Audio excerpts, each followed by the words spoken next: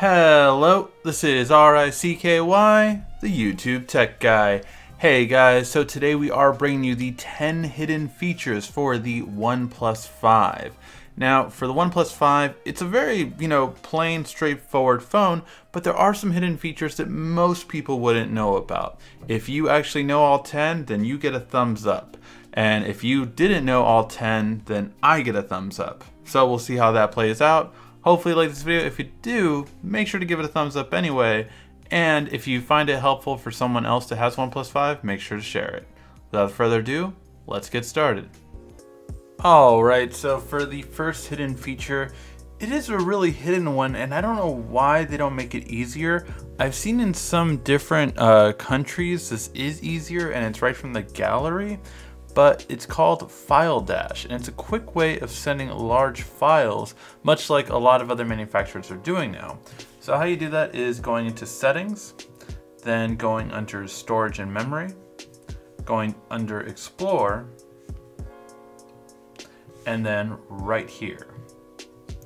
Hit this icon and you can either send or receive large files via File Dash. Now here's the thing.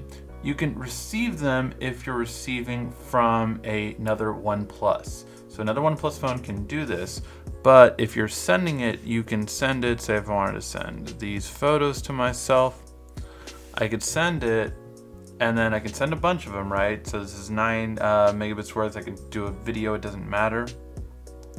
And this is how I would send it with the OnePlus phone, but this is how I would send it with other phones. So another person that has a different phone could just use a QR code scanner or just connect via Wi-Fi to here, and there you go.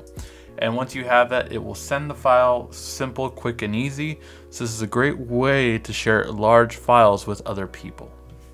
Now, the next hidden feature comes to improving your Bluetooth quality.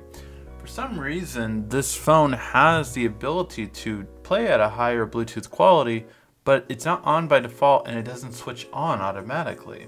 So you have to switch it manually. We're gonna do this by going into Settings, swiping all the way down and going to Advanced.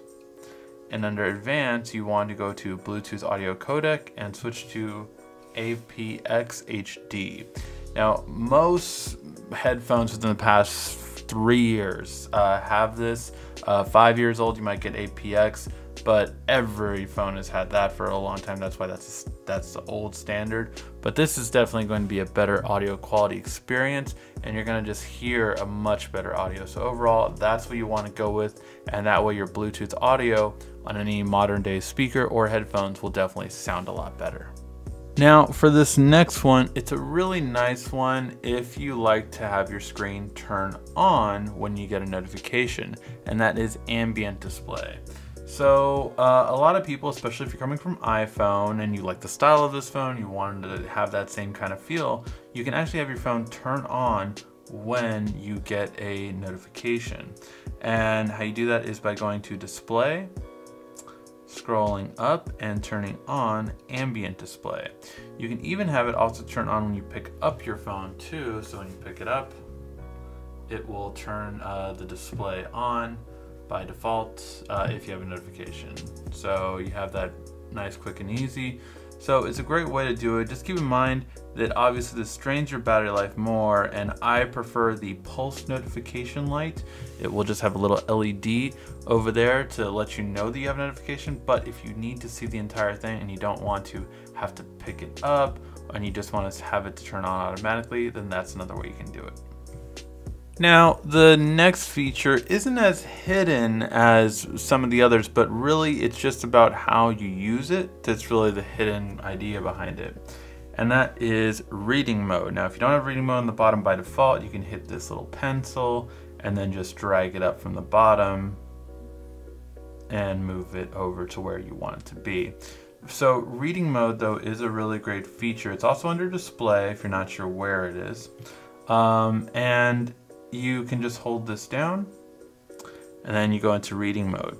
Now here's the thing, reading mode on by default changes everything to a black and white color, and it's great for reading. Not so great when looking at photos, watching YouTube, Netflix, anything along those lines. So what you actually want to do is to add apps in reading mode. So for instance, the OnePlus Community app, I do not need that to be in color, so I can easily turn that to black and white. My router one, I don't need that to be in color, so I could have that turn on. Facebook, I wouldn't do. Emails, for the most part, you don't look at photos in emails unless you get a lot of photos and you want to leave that off. But just give an idea of which ones you might want to turn on and which ones you might want to turn off. So that just gives you a better idea of which ones you want to have on. But then when you go into that app, it will go in to the reading mode, and you just saw the color go off on it. It's a great feature to have. So overall, and this app does have some photos, but overall this is one that I would definitely look out for doing, just because it's going to have a much better experience for reading mode for when you want it, and then it goes back to normal when you don't need it. Now this next one is a feature that's on a lot of Android devices, but OnePlus has modified it to be very useful and quick and easy. And that's the Magnification Gesture. Really good for apps like Instagram. So first, how do you turn it on? You go into Settings, you go to Advanced, you go to Accessibility, and then you go to Magnification Gesture and turn it on. Now there is a 2-1 to do it, the double tap and drag your fingers and all that kind of stuff. But here's the really one that I like, and that is a temporary zoom. So temporary zoom is you tap it 3 times, and on the 3rd time you hold your finger down, move around, and then once you lift up your finger, it zooms out. So on an app like Instagram, when we go into it, you can pull up photos. Let's go to some random ones. And I won't do that because, here, perfect. So say if you wanted to zoom into these photos, now you just 1, 2, 3. Oops, after you like it, 1, 2, 3. There you go. And there, now you have it, and you can see the zoom in and the difference. And that's a pretty good size zoom if you look at it after. Oops. This person's so confused. So they keep liking it, unliking it. But that's simple and easy. Once you get the hang of it, it's a lot easier. I was doing it fine earlier, but I don't know. With this, it's a great feature to have, just to be able to zoom into everything you want to see and need to see right away. Now, the next feature, again, is a feature you might know about, but it's the way you use it that really makes it different and very useful. And that is going into settings and being able to quickly split screen. Now, this can be found in the buttons area, and you can really go in depth with changing a lot of things around the buttons area. But one of the biggest things is this section down here, where you can actually assign a double press and a long press to do different things. One of my favorite ones is being able to do a long press option and to open and close split screen. This is a really quick way to just do a split screen if you need to have 2 apps right away. This allows you to do it.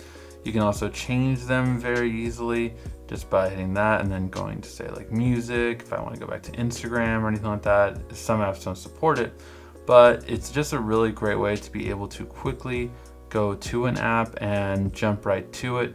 And you can customize it a lot more, definitely.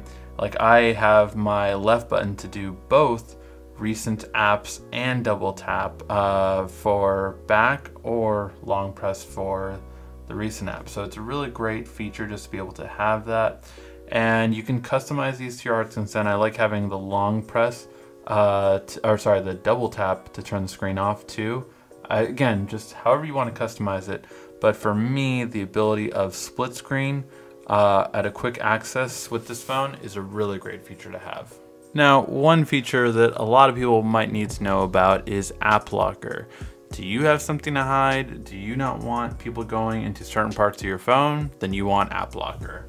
Go into settings right here and you go under security and fingerprint.